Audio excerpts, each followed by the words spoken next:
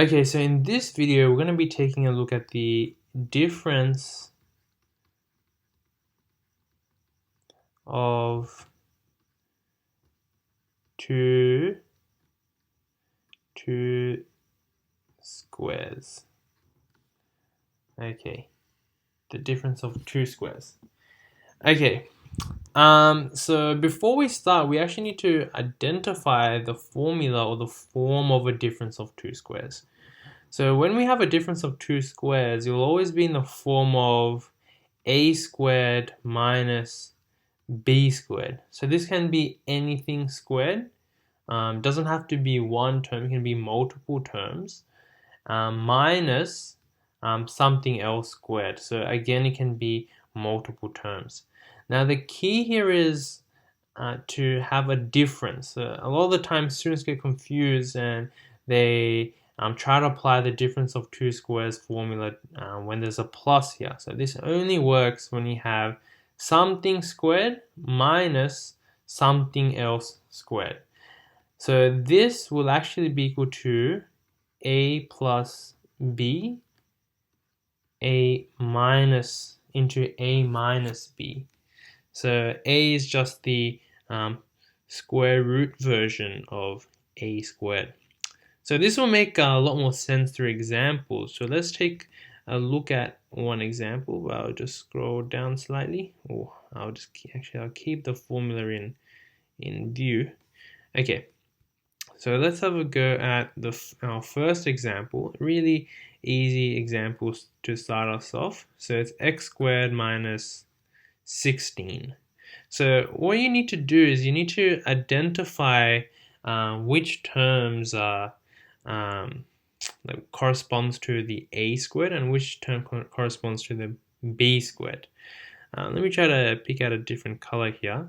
So this term here, the x squared term, is going to be our a squared term here. Okay, so this is our a squared term. Okay, let me pick another color. We'll pick blue. And this 16 here is going to be our b squared term. So this is our b squared term. Okay. Now that we've identified our terms, we can put it into our form a plus b, a minus b. So again, our a squared can be anything, so it doesn't have to be a number, it can be a polynomial squared, and our b squared can be anything as well. So in this case, our a squared is x squared, so our a is going to be the square root of this, which is just x. Okay, so I'll have x, and then it'll be plus our b term. So our b squared term is 16, so our b term will just be the square root of that, which is just going to be 4. And then I have a, so which is x in this case, minus b, which is 4 in this case. Okay, so that was a fairly straightforward example. Actually, I'll leave that there for our next example, so we can take a look at this one plus our formula.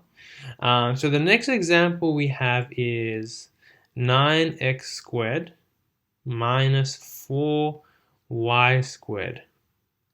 Okay, so let me just draw out our format. Now let's try to identify our a squared term. So this is going to be our a squared term. All right. So pretty straightforward.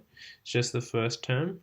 And this is going to be our b squared term. Okay. Now comes the part where we have to identify what our a term is. So let me just go back to red. So our a term, if in a squared is 9x squared, then our a term will just be the square root of that. So our a term is just going to be 3x. And if our b squared term is 4y squared, then our b term is just going to be 2y. So now that I've identified what our a term is and what our b term is, we can just simply put it into our form. So it's going to be a, which is 3x, plus our b term, which is 2y. And then in our other bracket is going to be again our a term minus our b term, which is 2y.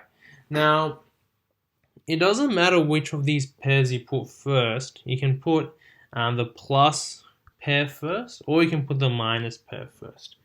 It doesn't make a difference. Okay, let's scroll down a bit.